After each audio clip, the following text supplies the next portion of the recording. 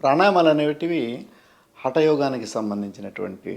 ఈ హఠయోగంలో శోధనం దృఢత చైవ స్థైర్యం ధైర్యంచ లాఘవం ప్రత్యక్షంచ నిర్లిప్తంచ ఘటస్థ సప్త సాధనం అంటారు ఘేరండ సంహితలో.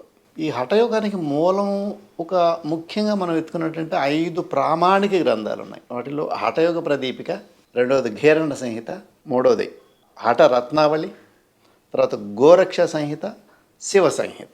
ఈ 5 ప్రామాణిక గ్రంథాలు.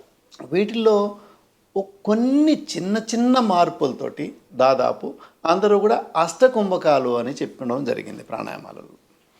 అష్టకుంభకాలు ఏమేమిటి అంటే, అష్ట అంటే 8, కుంభకాలు అంటే కుంభకం అంటే శ్వాసని బంధించడం. శ్వాసను తీసుకోవడాన్ని పూరకం అంటారు, బంధించడాన్ని కుంభకం అంటారు, వదలడాన్ని రేచకం అంటారు.